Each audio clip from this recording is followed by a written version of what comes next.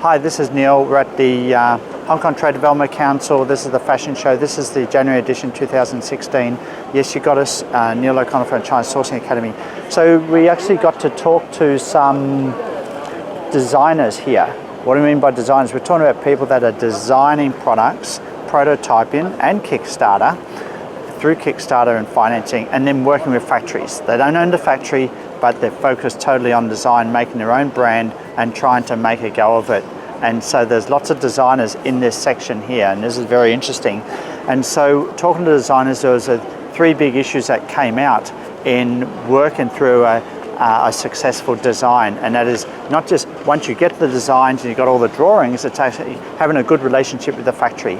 One designer said their biggest challenge was actually communicating with the factory, making sure that the factory got the idea that what the designer wanted, and so endless backwards and forwards, making sure that one designer told me actually they went to the factory and communicating and did work, and then they came up with sample, then they would adjust the sample, go back to the factory, adjust again even before going into full production. And in between that process, they would have focus groups. They would work out, are those samples the ones that would sell?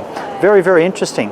Another big issue that the designers were focusing on was working out what elements of the design would actually sell, and what elements are not a prime feature of being sold, but then they would actually go for a lower cost on that element. So for example, there was one bag manufacturer, and they were totally focusing on designing and have the best quality of everything. So they had a YKK zipper. They also had the latest leather from Italy tags. They had a special design tag to protect their design, and had everything, and they had fabric from Taiwan. So they imported the best of everything from great factories to put together for that design. So they're totally focused on all the elements of design. We went to another designer that were making bags. They were leather bags, and through the focus group, they realized that the focus group focused on the leather. It was environmentally friendly leather. It was specially from Italy. It was very special,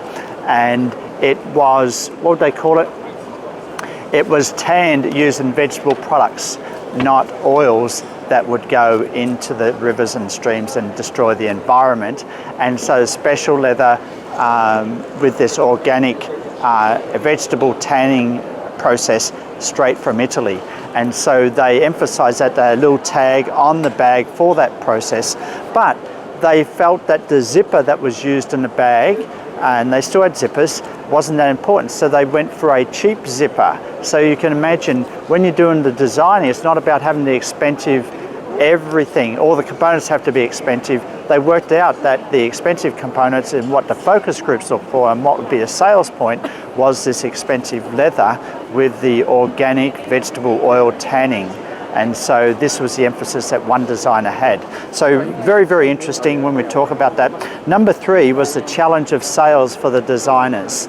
And what do we mean by that? Well, a lot of these designers were actually, they got their goods and they were just busy trying to get consignee opportunities in various stores in Hong Kong, because it's very expensive to have a studio in Hong Kong.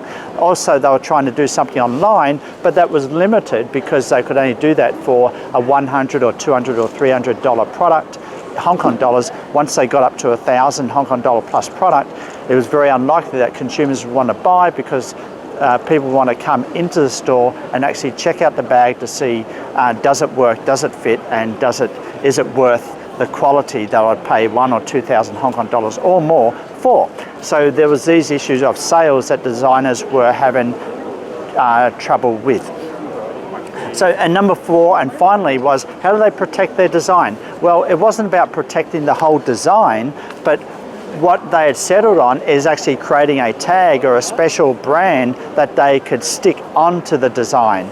And so anyone that wanted to copy that design, yes, they could copy the bag, but they couldn't put a copy of the label that is on the bag. And it was that label that they were able to distinguish their own designs from all the copies out there. And that was the best way that they found they could copy that they could protect their design, their trademark, and their IP. So there are 4 ideas that we learned from talking to the designers at the fashion trade show, and that is the process and the challenge of communicating with the factory, working out which elements of the design product were important, and then paying top dollar to get that designed into the product, and then not paying so much for the elements that were not important.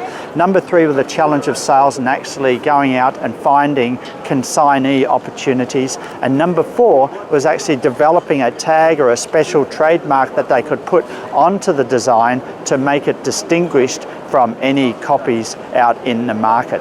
There you have it. This is Neil O'Connor at the January edition of the Fashion Trade Show, Hong Kong Trade Development Council for China Sourcing Academy. Catch you in the next video. Thank you very much.